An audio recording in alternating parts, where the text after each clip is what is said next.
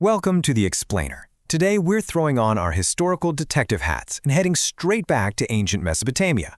We're going to separate the grandiose, completely larger-than-life myths of the early Assyrian Empire from the actual, astonishing archaeological reality. It's a wild story of lost cities, ancient propaganda, and the incredible rediscovery of a civilization that literally vanished under the sand. You see, ancient Mesopotamia was home to empires of such a massive scale that, long after they fell into ruin, they completely broke the brains of the ancient historians who found them. Greek historians, writing centuries after the fact, looked at the remnants of these colossal structures and spun these wild, epic tales. They honestly just couldn't believe ordinary humans built them.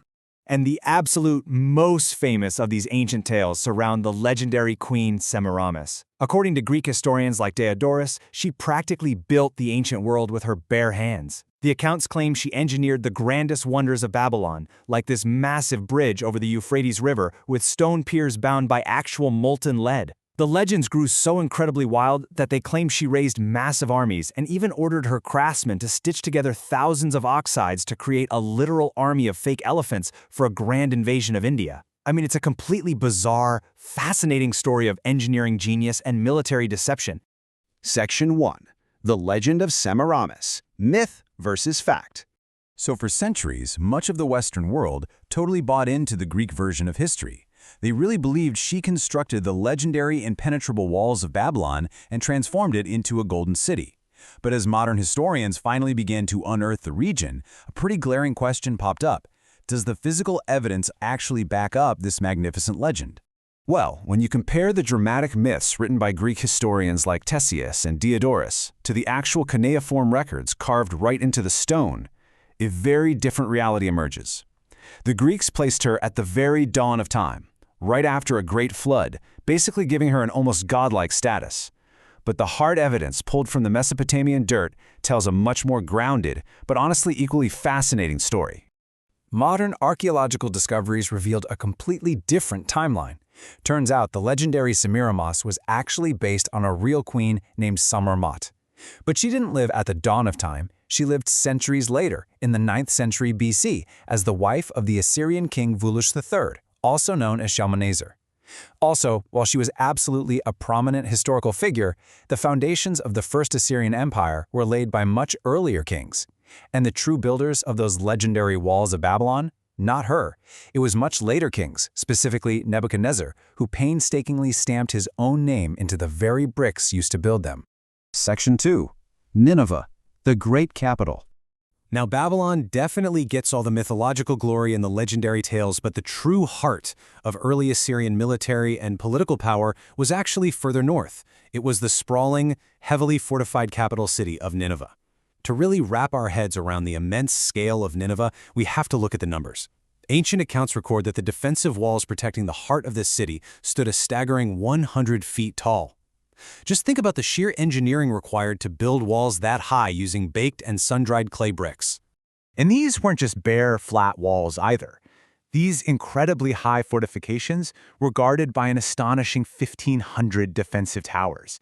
It was literally a fortress designed to project absolute power and totally intimidate any rival empire that even thought about approaching its gates.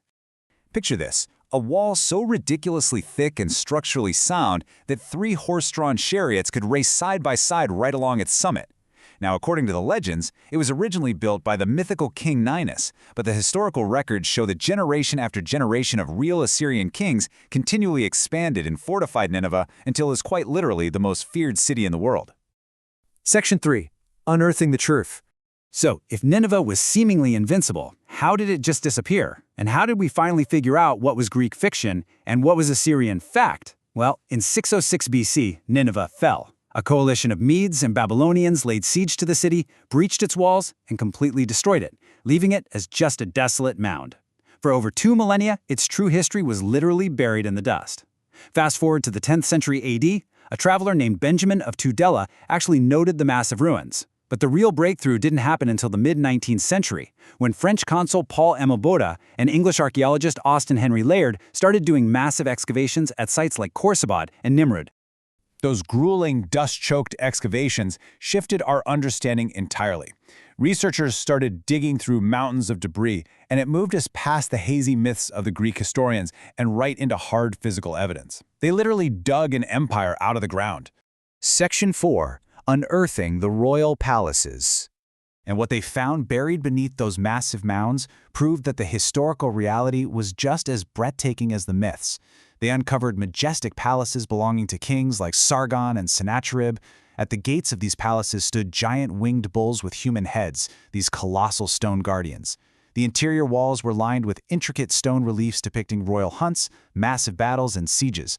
But perhaps most importantly, they discovered the vast cuneiform library of King Assurbanipal. This library held thousands of clay tablets, which finally gave the Assyrians their own voice back to tell their own history.